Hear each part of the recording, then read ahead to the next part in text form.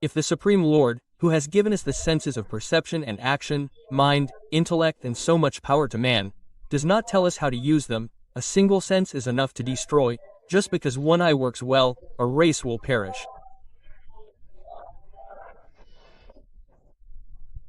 A lamprey is attracted by sight and, thinking that it is something to eat, goes and leans on the lamp. It flaps its wings and falls down. Oh, so many worms have fallen down. Why did you think we are here? They keep on leaning, keep falling down, heaps fall in heaps. The wings fall aside, the worms get up and are eaten by crows and lizards. A whole race is perishing because the eye works well. A whole race is disappearing because the ear has acquired charms. The lady likes to listen to songs. Is that Lata Mangeshkar's song, Emma? Subbalakshmi sings, it is unnecessary, just listen to the song. A hunter sits on a tree and sets a net below and sings a song above the tree. The mad woman looks up and listens in the direction where the song is heard and runs away, but her legs fall into the net below and she falls down. What is the point of falling down and falling down? A hunter who comes down from a tree thinking that if he had the strength, he would get up and run away, but first he catches the thief and hits him on the legs and breaks his legs. The lady did not run anymore. I do not need to tell you what he does with him after that. If only the ear is sweet, a species will perish. If the tongue is sweet, a species will disappear. Even if the fish has a full stomach, if the fish is moving from the bottom of the water, he puts a small needle in it, puts a bait in it, cuts a piece of the earthworm, covers it with a piece of paper, puts a piece of paper on top, ties a rope to a stick and releases the fish. The fish, whose stomach is full, bites the red one and wants to taste it. The needle inside pierces the palate. The bamboo stick on top sinks in the water. He remembers that the fish has fallen and says this. The fish comes with the string and falls onto the bank. As soon as it comes out of the water, it is struggling, so he removes the needle from its mouth and throws it into the basket. Even though its stomach is full, the entire species of insects that have been fascinated by the sense of smell and have been dying ever since.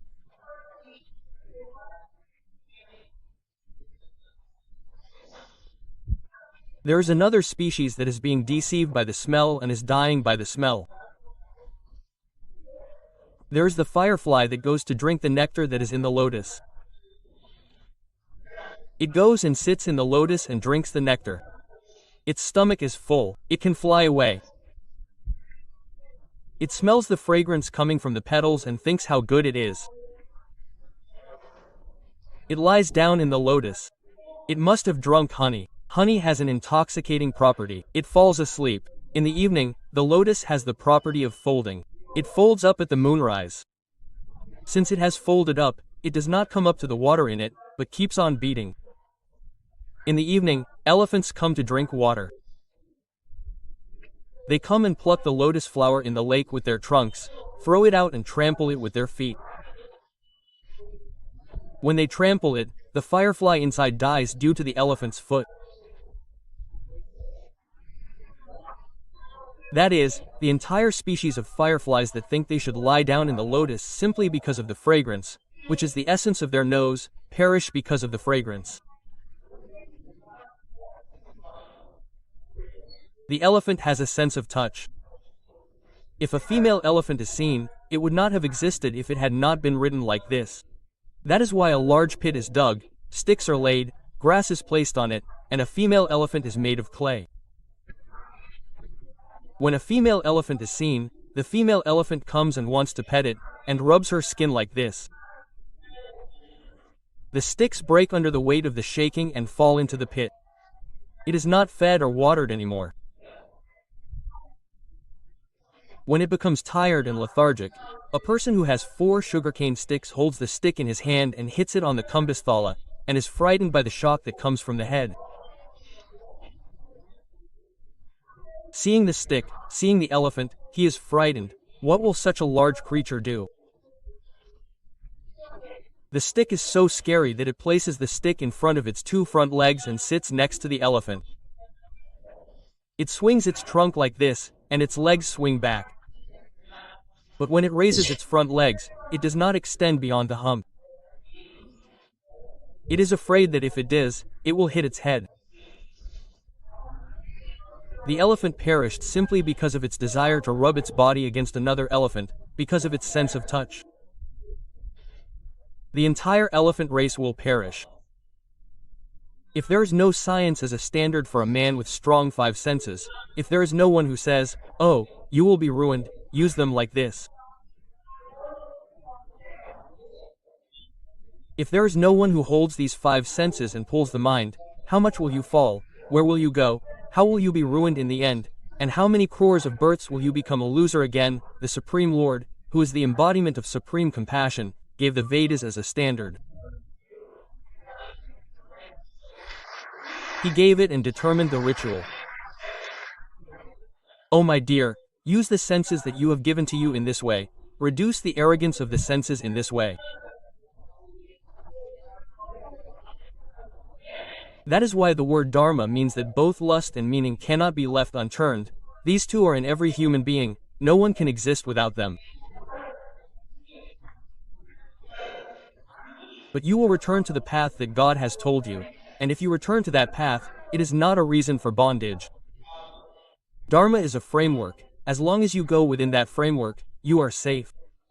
As long as the train runs on the rails, the train is safe. If it goes through the sky and lands safely on the ground, the plane is safe. If it travels in the water, the ship is safe. If we are included in the framework of Dharma, we are safe. Who should say Dharma? The Vedas say, live like this, bathe like this, sleep like this, eat like this, tie your clothes like this, sleep like this, wear a tambula like this, go to the ashram like this. Quote. Therefore, the caste should be like this. That is why Dharma depends on what? That is, it depends on the caste and ashrams. Dharma does not depend on anything anymore. This is what should be said in the Vedas without any hesitation and fear. It is not possible to say anything else. Dharma depends on what? That is, Dharma depends on these two, Dharma. That is why such a huge ocean of words had to come, because the real Dharma is never the same for everyone. Suppose I say something and say that this is Dharma, but no. If I sit here, I have a Dharma. If I climb onto this platform, I have a Dharma. If I step off this platform, I have a Dharma. If you sit there, you have a Dharma. If I speak, I have a Dharma. If I come and listen, I have a Dharma. If I go home, I have a Dharma. If I am in front of my wife, I have a Dharma. Caste, ashram, all the religions are not the same. Every caste has its own religion. The religion of a Brahmin is that of a Brahmin. The religion of a Vaishya is that of a Vaishya. The religion of a Kshatriya is that of a Kshatriya. And the religion of the fourth caste is that of the fourth caste. You should remember one thing well. The Vedas do not look down on anyone. It is not the intention of the Vedas to close the doors to anyone. The Vedas declare that whoever does whatever he is told to do will be expelled. If you want, look at the Mahabharata, which is the Panchama Veda. Vyasa says this 10 times in the Mahabharata. When the worldly affairs come, all those who follow the Varna Dharma will reach their respective higher worlds. One should never try to hold on to each other's religion at all times. Many people think that the Vedas are only for Brahmins, that Brahmins are biased, that Brahmins are the only ones who are allowed to live like this, and that the rest of the people are not given a chance. Suppose I really told you about the life of a Brahmin in the Vedas, and you would say, how fortunate we are to be born like this. If you see a Brahmin who has studied the Vedas, you would just bow down and do as he says with utmost devotion. A person who has studied the Vedas for the rest of his life, a renunciant, performs Sandhya Vandana every 3 times, chants Vedic mantras, and lives as the Vedas say, and then becomes a renunciant and lives with a desire for immortality. It is not that easy for a Brahmin to live, it is that hard for a Brahmin to live. That is why it is said that whatever is Dharma for someone is Dharma for them. The reason for such a rant is that dharma is said according to caste, dharma is said according to ashram. One person's dharma is not the same as another. It is not true that dharma is something like this: if you follow dharma, you will all be happy. Why? One word is never applicable to everyone. There are some common dharma that are applicable. Non-violence, that too changes when it goes to some people. In the Mahabharata, there was a person who sold meat. His profession became dharma, then he did not commit any sin. That is why dharma depends on the ashram. Suppose there is a brahmachari, dharma is different for a brahmachari. As long as he is a brahmachari, his dharma is to serve the guru, eat the food prepared by the guru, give up all ego, and study the Vedas. A brahmachari does not fast. A celibate is one of those who are exempted from the Ekadashi fast. Because a celibate should be strong and should study well. That is why we have set up a Vedic school, so who would say that we should only provide food for Vedic students? If a Vedic school is set up, then food should also be provided, because where does a celibate study the Vedic without eating food? A celibate does not have to fast. Why not? It means that he should be strong, study well, perform well, and have a good voice. That is why the dharma of a celibate is different. He should not bite, he should not wear a tambulam. He should not look at a mirror anywhere. He should not be attached to pleasure. He should not accept charity. He should not save for tomorrow. When he is hungry, he gives for alms just like a monk gives. What is the main dharma of a householder? That is, giving alms to a celibate. And how can it be that a brahmachari's dharma is to tell a brahmachari in a meeting what he has told a brahmachari and then all of you follow it? It is not possible. The dharma of a brahmachari is that of a brahmachari. In the words I am saying, the dharma that a brahmachari should follow should be followed by a brahmachari. A householder's dharma is that of a householder. A householder can take alms and enjoy the pleasures as the Veda says. Because you have to understand the heart of God, the Vedas of the sages. It is not possible for a human being to be without lust. Lust will be extinguished. Give up lust for things. Leave aside some great men like Sukha Brahma and Vamadeva, who were born without lust. 99 out of 100 people, 100 out of 100 people also experience lust for both men and women. Why is it said to perform upanayana in the womb? Garbhashtam means the 10 months that a Brahmin is in his mother's womb. When he calculates, he is told to perform upanayana when he reaches 2 months of 7 years. Because gender discrimination is known, science has tried to convert his tejas power into ojo power.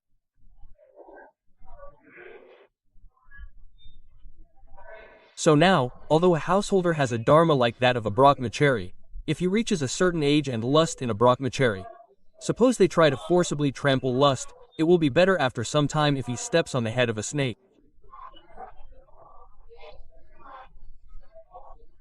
He thinks that the snake is under my foot, what can it do to me? But the one who stands on the fallen grass cannot stand like that. It moves its tail, wraps around its leg, and hisses. It gets scared and removes its leg. The first thing a snake does when it removes its leg is to bite the leg with which it steps. If the senses are forcibly suppressed, they bite. He falls again. To prevent him from falling, they put a bandage called the ashram and the ashram. They do not loosen the bandage. If they put a bandage on the bandage will slip. They put a bandage called the grihastha ashram on the brahmacharya ashram. If they put it on, now she is only a religious wife but not a lustful wife. He accepts her and places his lust in her, performs a yajna with her, and enjoys pleasure with her. This means that a son, a daughter, and a girl are born. Therefore, after giving a daughter to the deity, Dashapravesham and Dashaparasham, a boy is born. Therefore, if he performs upanayana for him, tomorrow morning after the father's body falls, he performs Gaya Shraddha and performs Mangala Arti in the puja hall at home, and makes the puja proceed in a ritual manner with the names of the clans. Therefore, due to the righteous desire of a righteous wife, a son and a daughter were born. The dharma of a householder is different from the dharma of a brahmachari. It has changed. The dharma of a recluse is different, and the dharma of a monk is different. That is why you see, neither a brahmachari, a householder, a recluse nor a dharma of the 4 ashrams is there any exemption from dharma.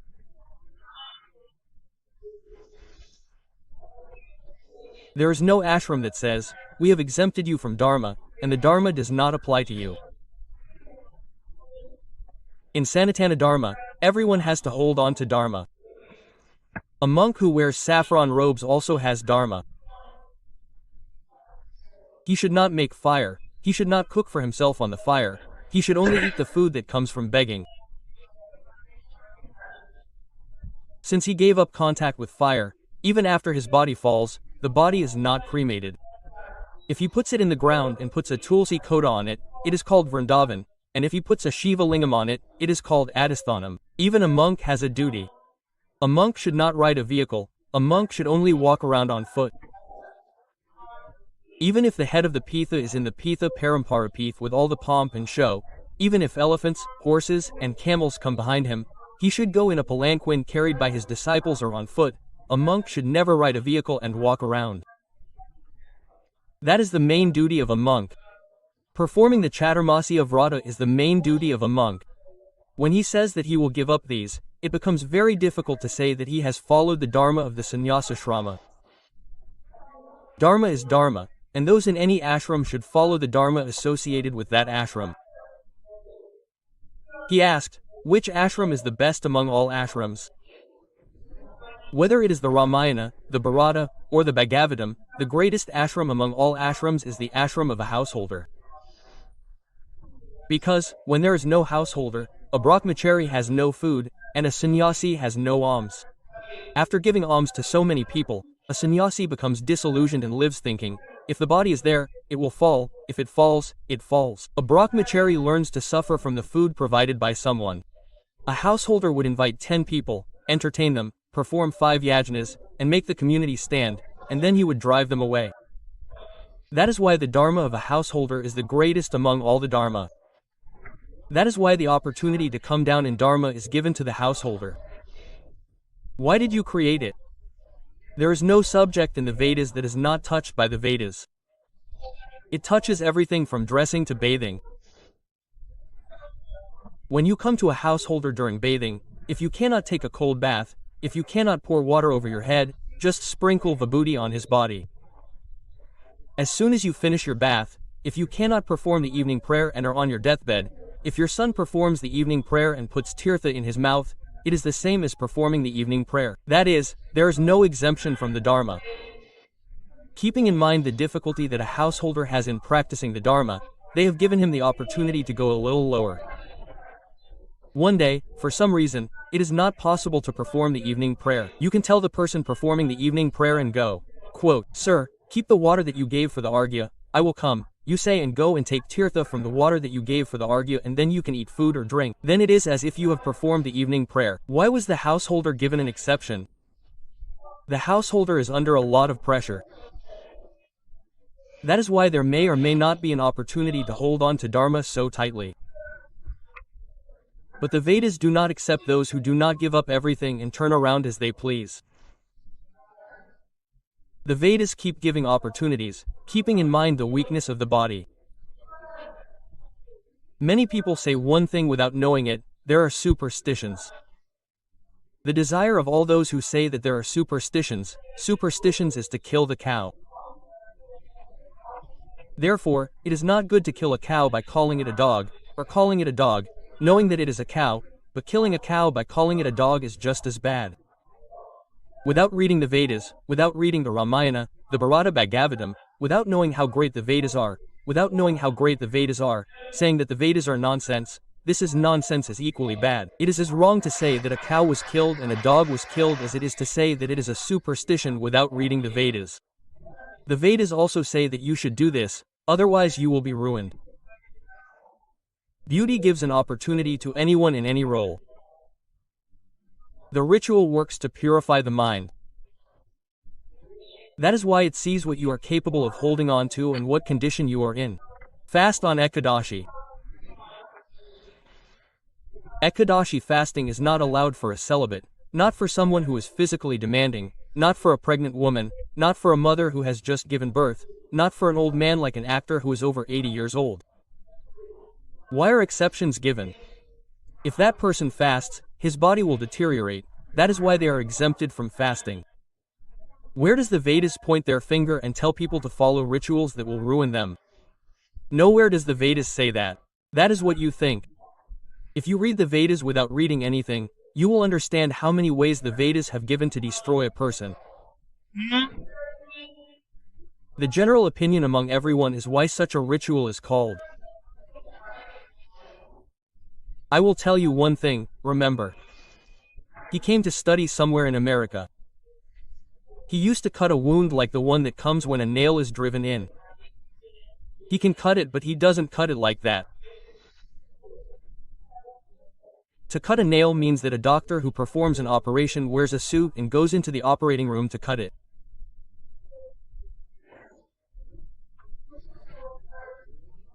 A security guard who stands at the intersection of 4 streets and controls the traffic can stop and hold that token in his hand as he falls, but he wears a special kind of clothes.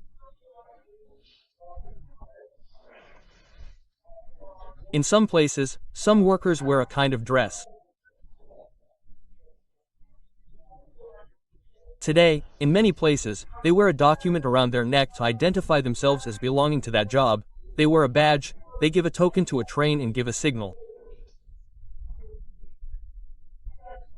What is the point of saying that there is no danger, you can go or you can't go? If you follow the rules, you will be safe and secure. Imagine telling your mind to be pure without following anything. It is not possible in a single day.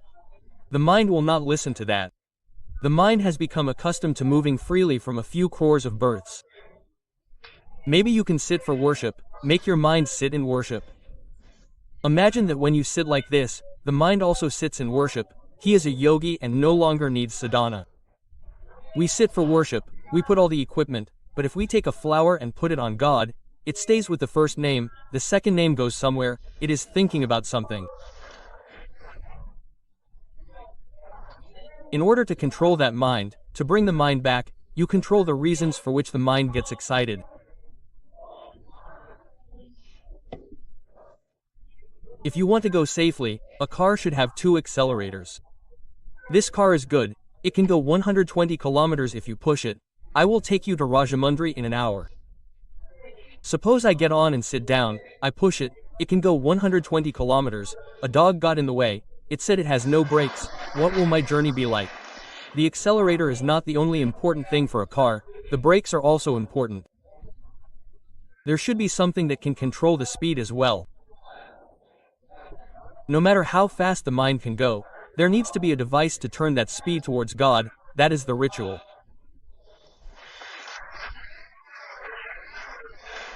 I got up early in the morning and took a bath. I had to go to worship God. I wore a special dress. My mind had to be fixed on God. I decided on a place of worship and went and sat on a throne. My mind had to be fixed. I listened to the Vedic mantra. My nerves had to be pressed by that gentle quality. I did pranayama. My mind had to be fixed by controlling my breathing. Since the mind is fixed, I should enjoy the worship of God. Then gradually the speed of the mind turns towards God. The asthmana gets used to holding on to him. Isn't that mind enough? Someone says, isn't it true that mind is enough? Why don't you worship me? Isn't mind enough? Why all this? He says, it's good that I'm not. My son is in Hyderabad. I am in Kakinada. Kothapalli coconut mango fruits have arrived. Someone brought them and gave them in a basket. When I saw those fruits and saw the grass like this, the smell came to my memory. How much I love Kothapalli coconuts. Too bad he was in Hyderabad, so I called someone I knew and put them in a basket and said, give some of these to the bus and ask the driver at the bus stop near my father's house to pick them up. I will call him. He will send some on the bus. I sent them. Is love for any son enough? Is it enough if you have a heart? Why did you send mango fruits? When it comes to any son, if you have a heart, it is not enough. Will you send mango fruits? But if you have a heart, it is enough for God? Why are there rituals? It is called the Metta Vedanta. So why did they come? Why did the rituals come? That is, to stimulate you to love God. How much stimulation is needed? That is, in times of difficulty and happiness, the mind should go into the state of sattva, that is, the rituals should be followed. It is not possible for everyone to keep the mind steady like that if one does not follow the rituals. There may be great souls somewhere. They worshiped God in any situation. There was a great experienced person among the initiates. He called his disciples and said, "What happened? I will drink a potion that will make you mad. If you drink that potion, you will go mad for an hour. I will go inside. You lock the doors outside. When I go mad for that hour, my mind will not be under my control, right? I left it. Now I am holding on to the rituals. I want to know how much power I have gained over my mind. I will give it freedom. It will go mad for an hour." Don't be shy about asking, "Guru, what do I do when I go mad?" Write down what I said and did. After an hour, the madness will subside. I will come out and see. When he became mad, he praised the Lord for accepting that money for an hour. The praise he gave during that hour of madness was called Unmadashati. The special verses he sang were named after the sound of madness. The words composed when he was mad mean that even when the mind was in such a frenzy, it held on to God. To be able to hold on to God like that means that a human being should attain the meaning of his birth, that is, the ritualistic dharma is necessary. That is why if you squeeze out all the words, only 2 letters are dharma. Where this dharma is found, that is, in the Vedas. Which varna should a person live? How should he live? Where and how should dharma be found? Because you remember well, I do not need to talk more about this. Dharma is what is constantly changing. Dharma that is constantly changing can only be karma if it is included in the law of dharma. The reason I am saying this is because I have made this request to you. If I sit here, my duty is to speak, and if I sit there, my duty is to listen. If I get into a car, the driver is much smarter than me. I should sit there knowing that he knows how to drive the car. You can say one thing, you can say 2 things. You have not traveled more than 80 kilometers, it has rained and the road is wet. Also, if you hold the steering wheel like this, it turns like this. Do you have legs? Are you on the accelerator? Are you on the brake? Etc. Trouble will come. He is an elder there, he drives, I will be safe. Where is the duty? Suppose I told the driver in the car what I had said here, he will reach Rajanagaram and go home. It should be like that wherever he is.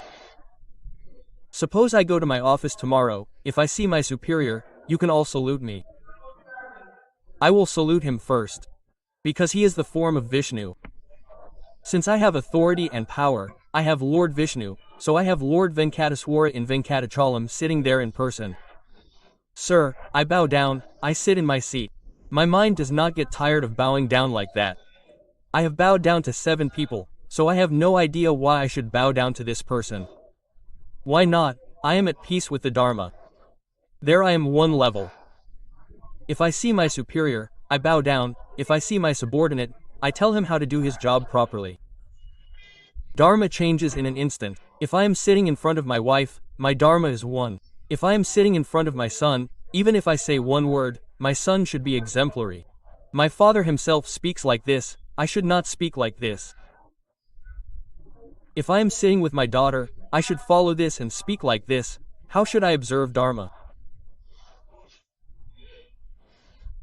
If I come out on the street, I am a citizen, so I have to follow the Dharma as a citizen, whether I pay taxes or live with 10 people. Dharma changes every moment. The only thing that can tell us how to hold on to the Dharma that changes every moment, how to be like it, is the Veda. The Veda tells how to be a father, the Veda tells how to be a mother, the Veda tells how to be a son, the Veda tells how to be a disciple, the Veda tells how to take a bath. That is why the Veda comes in 3 parts, the Samhita, the Paitham, the Aranyaka, and the Brahmana. The Samhita is the Veda that everyone learns. The Samhita is mainly composed of the mantra part.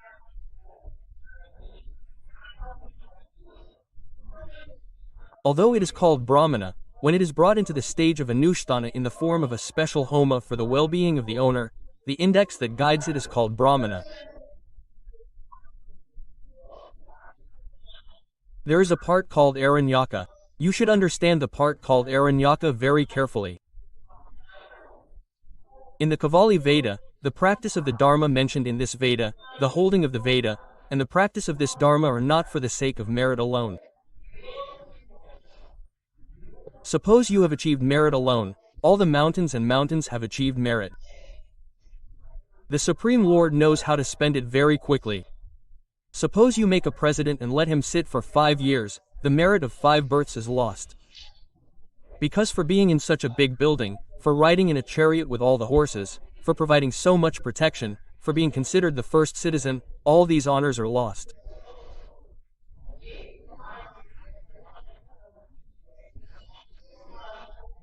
The meaning of the word aranyaka is that after examining that part of the mantra, the sage sits in solitude and meditates on the matter in it and matures it into knowledge.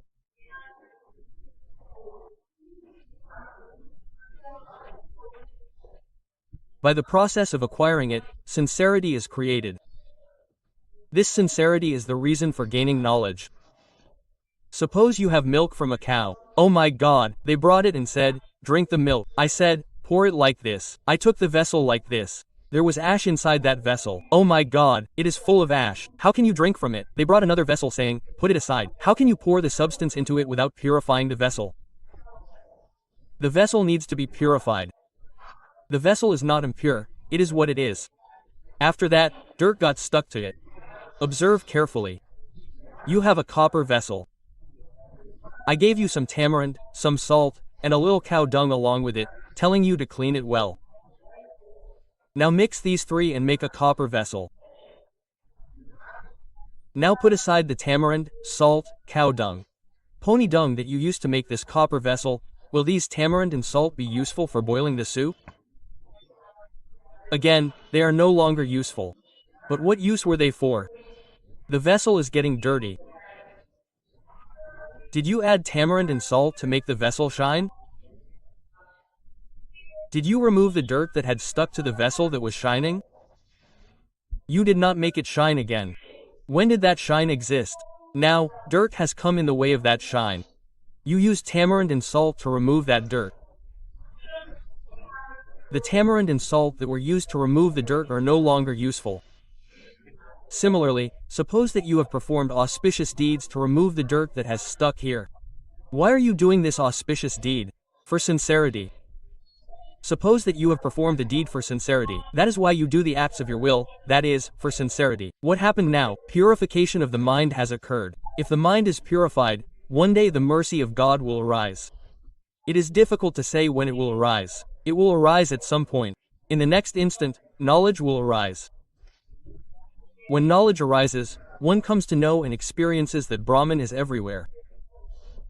It is impossible to say when it will happen. It is to perform rituals with devotion and leave. What does a person who has rice do? He brings a cooker. He washes the cooker clean. He pours water into it. If he pours 1 can of rice, he pours 2 cans of water. He puts a lid on that cooker. He puts a gasket on it, puts the lid on it. He puts the lid on it and puts the device for stirring it on it. He checks all 4 sides. He puts it on the fire. He lights the fire. Does he know when every grain of rice inside will become rice?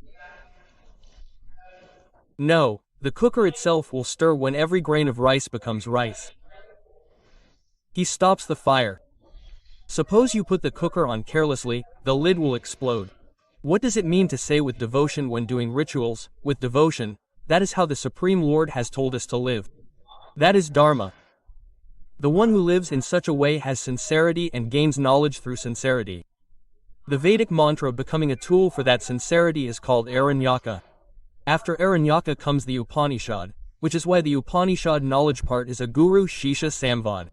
All such Vedas are a source of guidance for us. Whether for happiness in this world, happiness in the next world, knowledge, to be free from rebirth, to follow the Varna Ashrama Dharma, or to keep life peaceful, imagine that everyone believes in the Vedas and lives, no one goes to anyone else. If everyone follows the Vedas, there is no need for special favors from anyone else. Life becomes extremely peaceful, extremely peaceful. Krishnadeva, while writing Vimuktimalayada, said something, and he said it so interestingly that the word Dharma is that there, ducks are taken and placed on the bank of a river and a small pond is built, The small pond is so high that they cannot jump out.